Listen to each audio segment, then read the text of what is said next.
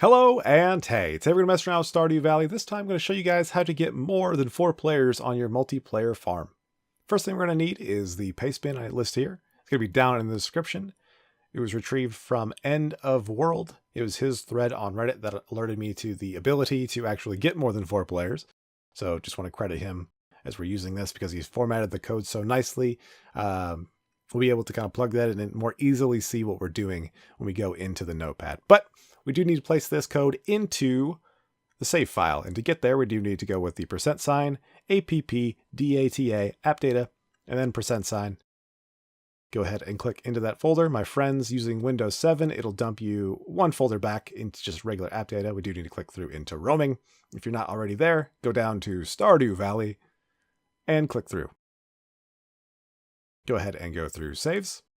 And then whatever the name of the host farmer name you gave, underscore a bunch of numbers, it'll always be different. Click through that, and that exact folder name that you just clicked on will be the file that we need to click on this time. Using Notepad because it is the simplest tool. I know a lot of people suggest using other things. It's in XML, but we will just be using Notepad. It's the easiest, simplest way. We do need to find the buildings tag, so we're going to go ahead and hit Control F. Go that left bracket, buildings, right bracket, and then right to the right of that, right after that, we should say. I went ahead and put a little bit of space here, just so you can see where we need to put it. It doesn't really matter. It's anywhere within that buildings tag to the end buildings tags, it'll be fine, but this is just the easiest place. Don't worry too much about it. So we'll go over to that paste bin, grab all that code, go ahead and copy it. Come right back to that same spot. Go ahead and paste it. It's nice and formatted for us, so we'll be able to easily see it. And we need to make just a couple changes here, just a couple, 3 things we need to change. So starting from the bottom, you see here, we'll go ahead and go up just slowly, kind of inch our cursor up here so you can see what we're doing, up to name of indoors. And it'll be cabin. He has 40,010 listed. The likelihood of one of your cabins already having one of those numbers is like stupid high. So you can change it if you want. It could be any number. It's just what it's named. So don't worry too much about that. But you do need to change it if you have more than 5 players. We'll go over that. The building type, you can change it from stone to log or plank. That just changes the outward appearance of the cabin. And it has one of those 3 presets that the other cabins do come with from the 4-player game. And then lastly, tile X and tile Y will decide where it is placed on your farm. So to kind of line it up with the single player house, the Y will be set to 14 in this instance. And then for the X value, I want it to be basically 2 spaces away.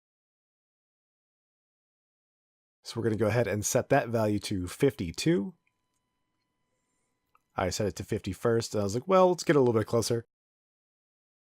52 will be 2 tiles away from the main house. So doing that, and now I'll go into, if you're done with 5 players, that's all you need to do. But we're going to go ahead and make another one. This will be if you have 5 or more. It will show off that if you do have 5 or more, you will need to change that cabin if you're just copying and pasting these. I just changed one number. It does not have to be 40,090. It could be any number as long as it is not a number that is already on your farm. We want log just to make it different, 14 to line it up, and then we just go ahead and go random value, but not super random. 45, that'll be 2 tiles away to the left of our first cabin. So that allows us to have 6 players on the farm at the same time. I'll go ahead and load into the farm itself to show you guys what we're coming off here. This is just the most simple and easy way I could do it.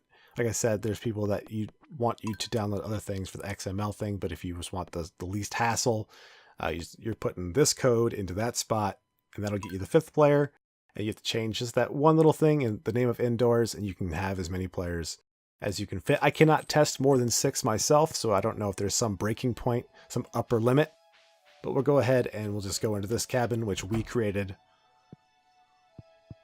with that code, with the help of End of World. Again, we'll shout him out. Big thanks for setting that up for us, that paste bin. Really needed to clear this farm before I came on to play, but those are our 2 cabins we made. that upper left cabin, that bottom left cabin, those were already existing in the game when I selected that I wanted 3 other cabins on the farm. And finally, this one in the bottom right over here, is the final one. So, when you place these cabins down, they do not destroy everything around there. So if there's like, in this case, probably just a bunch of debris behind this, or not, that one's pretty clean.